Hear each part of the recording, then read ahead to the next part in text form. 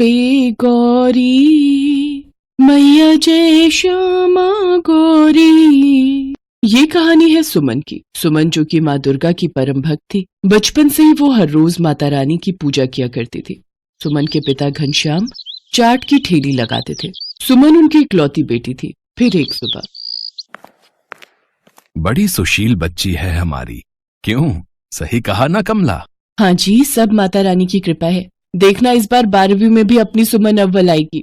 दिन रात एक कर रखा है उसने पढ़ाई में। अगर मेरे पास पैसे होते तो मैं जरूर इसको ट्यूशन लगवा देता, तो वो और अच्छे नंबरों से पास होती। आप फिक्र मत करो जी, देखना हमारी बेटी बिना ट्यूशन के भी अच्छे नंबरों से पास होकर दिखाएगी। सुमन अपने गांव के ही सरकारी स्कूल में पढ़ती थी। वो क्लास में सबसे ज्यादा होशियार थी। कुछ दिन बाद ही परीक्षाएं आ गई और सुमन बहुत अच्छे नंबरों से पास हुई। वो आगे पढ़ाई करना चाहती थी, लेकिन उसके गांव से कॉलेज बहुत ही दूर था और कॉलेज की फीस भर पाए इतना पैसा भी उसके पिता घनश्याम के पास नहीं था। तो मजबूर होकर सुमन ने पढ़ाई वहीं रोक दी और अब वो घर के कामों में अपनी माँ का हाथ बटाने लगी। फिर एक दिन, माँ सुनो, नवरात्रि आने वाली है, आप एक काम करो, आप खाना बनाओ और मैं पूरे घर की सफाई कर देती हूँ। अरे पर तू अकेली थक जाएगी, चल मैं भी तेरे साथ लग जाऊंगी। क्या माँ, अपनी बेटी को इतना कमजोर समझा है क्या आपने? मैं सब कर लूंगी, आप बस अपनी रसोई संभालो। अच्छा अच्छा मेरी झांसी की रानी, ठीक है कर ले जो करना है, लेकिन फिर भी कुछ उठाना धरना हो तो मुझे बुला लेना। सुमन घर की सफाई में लग जाती है। उसी बीच रसोई में, कमला, बस माता रानी से यही प्रार्थना है कि अपनी सुमन को एक अच्छा घर बार मिल जाए जो इसके गुणों को समझे और इसे हमेशा खुश रखे। ऐसा जरूर होगा जी, हमारी सुमन है ही इतनी प्यारी, उसके साथ हमेशा सब कुछ अच्छा ही होगा। वक्त बीतता गया, सो घनश्याम ने भी सुमन के लिए रिश्ते देखना शुरू कर दिया था। और फिर, अरे कमला, अरे कहाँ हो? अरे यहाँ आओ जल्दी ही। क्या हो गया जी, बड़े खुश लग रहे हो? अरे ऐसी खुशखबरी लाया हूँ कि तुम सुनोगी ना तो तुम तो खुशी के मारे नाचने लगोगी। हाँ। अच्छा जी, पर हुआ क्या है ये तो बताओ। अरे बगल के गांव में एक लड़का है, उसका नाम किशोर है। अपने माँ बाप का इकलौता बेटा है, खेती किसानी करता है और बहुत ही अच्छे स्वभाव का है। मैं आज उससे मिलके आया, बहुत ही संस्कारी लगा मुझे तो। उसकी और अपनी सुमन की जोड़ी खूब जमेगी। हाँ वो सब तो ठीक है, लेकिन तुम चिंता मत करो, लेन देन को लेके भी कोई परेशानी नहीं है। मेरी सारी बात हो गई है। मैंने कल उन लोगों को घर पर बुलाया है। क्या? अरे कल ही क्यों बुला लिया? कितनी सारी तैयारियां करनी पड़ेंगी। अरे तो कल के बाद फिर नवरात्रि शुरू हो रही है ना, और रही बात तैयारियों की, तो कोई दिखावा करने की जरूरत नहीं, हम जो है वही दिखाएंगे। अगले दिन किशोर अपने परिवार के साथ सुमन के घर आया। सुमन एक नजर में ही किशोर को पसंद आ गई। सुमन को भी किशोर पसंद आ गया था। फिर जाते जाते किशोर के पिता ने सुमन के पिता से कहा, तैयारियां शुरू कर दो भाई साहब, माता रानी ने चाहा तो जल्दी ही बारात लेकर आएंगे हम।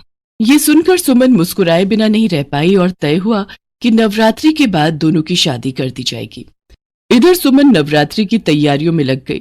फिर नवमी के दिन, बस कर बिटिया, मत कर इतना काम, इसके बाद अगली नवरात्रि तो अपने घर में ही मनाएगी तू, और यहाँ सब मुझे अकेले ही देखना पड़ेगा। क्या माँ आप भी? अच्छा सुनिए, मैंने चने बना दिए हैं, हलवा बनाने जा रही हूँ, बस आप पूड़ियाँ बना दो, कन्याएं आती ही होंगी। सुमन ने सभी कन्याओं के पैर धोए और फिर उन सबको खाना खिलाया। हर साल सुमन ऐसा ही करती थी, लेकिन इस बार वो थोड़ी भावुक थी, क्योंकि वो जानती थी कि अगली बार से तो उसे अपने ससुराल में ही नवरात्रि मनानी थी। वक्त बीता और कुछ ही दिनों में सुमन और किशोर की शादी भी हो गई। शादी के बाद किशोर के घर में, हाँ तो सुमन जी, लो हो गई शादी। माता रानी ने मेरी मुराद सुन ली। मतलब? वो मैंने जब पहली बार तुम्हें देखा था ना, मनी मन माता रानी से कह दिया था कि माँ कुछ भी हो जाए, शादी तो इसी लड़की से होनी चाहिए। सच में कितनी सुंदर हो तुम, मेरी तो किस्मत ही खुल गई। किशोर सुमन से बहुत प्यार करता था और सुमन भी किशोर को जीवन साथी के रूप में पाकर बहुत खुश थी। माता रानी ने उसकी सारी ख्वाहिशें पूरी कर दी थी, लेकिन अब बारी थी परीक्षा की। एक बार फिर नवरात्रि का त्योहार आने वाला था, लेकिन किशोर इस बीच बहुत परेशान था। वो अपना सिर पकड़कर बैठा था। क्या हुआ? आप ऐसे सिर पकड़कर क्यों बैठे हो? ये बारिश देख रही हो, पिछले 3 दिनों से आंधी और बारिश रुक ही नहीं रही है। अपनी फसल तो ठीक है ना? नहीं सुमन, फसल पककर तैयार खड़ी थी, मैं उसे बस काटने ही वाला था, लेकिन आंधी और बारिश की वजह से पूरी फसल खेत में ही बिछ गई। इस बार तो अपने खाने के लिए ही अनाज निकल आए तो बड़ी बात होगी। किशोर का डर सच साबित हुआ। बारिश ने उसकी पूरी फसल बर्बाद कर दी थी। खेत में ऐसा पानी भरा कि अनाज का एक दाना न निकला। सुमन को पिछली फसल से बचे अनाज से ही काम चलाना पड़ रहा था और ये देखकर सुमन को भी बहुत बुरा लग रहा था। क्या हुआ सुमन, तुम रो क्यों रही हो? देखिए, मुझे गलत मत समझना। मैं इसलिए नहीं रो रही कि हमारे पास खाने को अनाज नहीं है। मैं तो इसलिए रो रही हूँ कि इस बार नवमी पर हम कन्याओं को क्या खिलाएंगे। सुमन की बात सुनकर किशोर भी सोच में पड़ गया। उसने यहाँ वहां से कुछ पैसे उधार लेने की भी कोशिश की, लेकिन बारिश ने पूरे गांव के किसानों को बर्बाद कर दिया था, तो हर कोई परेशान था। नवरात्रि शुरू हो चुकी थी। दोनों पति पत्नी माँ दुर्गा की पूजा करते और उनसे सब ठीक करने की प्रार्थना करते। फिर नवमी वाले दिन, सुनो, तुम्हारे पास कितना अनाज बचा है? मैं जानती हूँ कि आप क्या कहने वाले हैं। नहीं हो पाएगा। 9 कन्याओं का भोजन बन सके इतना अनाज नहीं बचा है। सारे डिब्बे खाली पड़े हैं। हम बस माता रानी से क्षमा ही मांग सकते हैं। किशोर और सुमन अभी बात ही कर रहे थे कि तभी किसी ने बाहर से आवाज लगी, माई बाहर आओ, देखो कन्याएं आई हैं। किशोर और सुमन ने देखा कि उनके घर के बाहर पूरी 9 कन्याएं एक साथ खड़ी थी। सुमन ने उन्हें देखते ही अपने हाथ जोड़ लिए और उन्हें अंदर आने को कहा। सारी कन्याएं एक लाइन में बैठ गईं और भोजन का इंतजार करने लगी। उधर रसोई में, हे माता रानी, ये कैसी परीक्षा ले रही हो आप? अब मैं क्या खिलाऊं इन कन्याओं को? देखो देखो, डब्बों में कुछ बचा है क्या? किशोर और सुमन एक एक कर सारे डब्बे खंगालने लगे। उन्हें एक डब्बे में थोड़े से चने दिखाई दिए और दूसरे डिब्बे में बहुत ही थोड़ी सी सूजी। किशोर ने दुखी मन से कहा, तुम इन्हीं को पकाना शुरू करो, मैं भाग कर जाता हूँ। देखता हूँ कहीं से कोई थोड़े चने और सूजी अगर और दे दे तो काम बन जाएगा। ये कहकर किशोर वहां से चला गया। सुमन ने माता रानी का नाम लेकर चूल्हे पर कढ़ाई चढ़ाई और जैसे ही उसने चने के डिब्बे से कढ़ाई में चने डालने शुरू किए, चमत्कार ही हो गया। चने के डिब्बे से चने गिरते ही जा रहे थे। चनों से पूरी कढ़ाई भर गई थी, लेकिन चने थे कि डिब्बे से निकलते ही जा रहे थे। सुमन ये देखकर हैरान थी। उसने मन में कहा, हे माता रानी, मुझे पता है कि ये आपने ही किया है। अब जब तक चने बनते हैं मैं दूसरी कढ़ाई में सूजी भुननी शुरू कर देती हूँ। जैसे ही दूसरी कढ़ाई में सूजी डालने के लिए सुमन ने सूजी का डिब्बा खोला तो फिर वैसा ही चमत्कार फिर से हुआ। उस डिब्बे में से ढेर सारी सूजी सूजी कढ़ाई में से गिरती ही जा रही थी और डिब्बा खाली ही नहीं हो रहा था। ऐसा ही घी, तेल और आटे के डिब्बे के साथ भी हुआ। थोड़ी देर बाद सुमन ने कढ़ाई भर के चने, हलवा और पूड़ी बना दी। तब तक किशोर भी आ गया, लेकिन जैसे ही किशोर ने वो सब देखा उसकी आंखों में खुशी के आंसू आ गए। सुमन, ये सब कैसे? बताती हूँ। पहले आप मेरे साथ कन्याओं को भोजन करवाइए। सुमन और किशोर ने पूरी श्रद्धा के साथ कन्याओं का पूजन किया और फिर उन्हें भोजन कराया।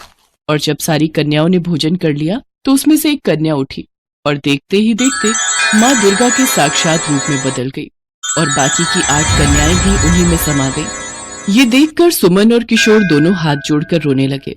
माते धन्य हो गए हम दोनों। आपके साक्षात दर्शन पाकर हमारा तो जीवन ही तर गया मैया। मैं तुम दोनों से बहुत प्रसन्न हूँ। तुमने गरीबी और परेशानी में भी मेरी भक्ति नहीं छोड़ी। मैंने तुम्हारी परीक्षा ली और तुम दोनों उस पर खरे उतरे। माँ, वो चमत्कार वो आपने ही किया था ना? हाँ पुत्री, और अब वो चमत्कार सदा के लिए तुम्हारे साथ है। तुम्हारे बर्तन कभी खाली नहीं होंगे, लेकिन इस चमत्कार के साथ तुम्हें क्या करना है ये तुम्हें ही तय करना होगा। जो आज्ञा माता। माता रानी की जय। हेमा माँ दुर्गा में बहुत विश्वास रखती थी। उसके घर में धन धान्य की कोई कमी नहीं थी, पर उसकी सास स्वभाव की बहुत कंजूस थी। वो अपने लिए तो जी खोलकर खर्च करती, पर कभी भी कोई दान पुण्य नहीं करती थी। अगर हेमा किसी को कुछ देने लगे तो उस पर चिल्ला पड़ती थी, सेब ले लो, सेब मीठे मीठे लाल रसीले सेब ले लो। ओ सेब वाले भैया, ये सेब कैसे लगाए? हेमा बहू, ये हाथ में क्या है? माँ जी, वो मैंने अपने लिए 2 रोटी बनाई थी, पर मुझे भूख नहीं है, इसीलिए 1 रोटी इन बूढ़े बाबा को दे रही थी। वो बहुत भूखे दिखाई दे रहे हैं। चुपचाप रोटी को अंदर लेकर जाओ। आटा इतना सस्ता नहीं है जो भिखारियों को बांटते फिरो। अभी नहीं खानी तो रात में खा लेना गरम करके। पैसों की बचत करना सीखो। ये नहीं कि हमारा हाथ खुला हुआ है। हमारे पास अच्छे पैसे हैं तो हम उसको उजाड़ दें। ला भैया, 2 किलो सेब तोल दे। वैसे तू 100 रुपए महंगे लगा रहा है। चल कोई नहीं। लो अम्मा जी। कभी कभी हेमा का मन बहुत दुखी होता था। क्योंकि घर में पैसे होने के बावजूद भी वो किसी की सहायता नहीं कर पाती थी। आपको पता है आज एक नया ग्राहक जुड़ा है, बहुत अच्छी कमाई होगी इन सर्दियों के सीजन में। उस ग्राहक को हमारी फैक्ट्री के स्वेटर बहुत पसंद आए हैं। ये तो बहुत बढ़िया बात है सुमित बेटा, बस तू ऐसे ही खूब पैसे कमाता जा। घर में पैसे जुड़े होते हैं तो किसी बात की कोई परेशानी नहीं होती, बस काम अच्छा चलता रहना चाहिए। सुमित का काम अच्छा चल रहा था, कमाई भी बहुत अच्छी हो रही थी। एक दिन हेमा की सास आंगन में बैठी अपने पर्स में से नोट गिन रही थी, पर वो बार बार गिनती भूल जाती। एक साधु बाबा द्वार पर बहुत देर से खड़े भिक्षा मांग रहे थे। ये नोट गिनते गिनते तंग आ गई हूँ, ये नोट है या मुसीबत, गिनती ही ठीक नहीं हो रही, ज्यादा पैसा होना भी मुसीबत ही है। माई बाबा को कुछ दे दो, बहुत भूख लगी है। अरे बाबा, मैं पहले ही इन रुपयों से परेशान हूँ, ऊपर से तुम परेशान कर रहे हो। जब तक ये नोट मेरे हाथ में है तुम्हें कुछ नहीं मिलेगा, जाओ यहाँ से। तुम पैसों से इतनी परेशान हो कि एक भूखे को भोजन देने का भी समय नहीं है। माई, अगर तुम इन रुपयों से इतनी ही परेशान हो तो ईश्वर करे तुम्हारी ये परेशानी जल्दी दूर हो जाए, फिर तुम किसी भूखे को खाली हाथ मत लौटाना। हेमा की सास का ध्यान अभी भी नोट गिनने में ही था। वो गुस्से से झुंझला रही थी और उसने देखा कि जब वो नोट नहीं गिन पा रही है, इतनी देर में साधु बाबा भी भूखे द्वार से लौट चुके थे। हेमा उस समय घर पर नहीं थी, उसे इस बारे में कुछ भी नहीं पता था। सुमित शाम को घर लौटता है तो उसका मन उदास था।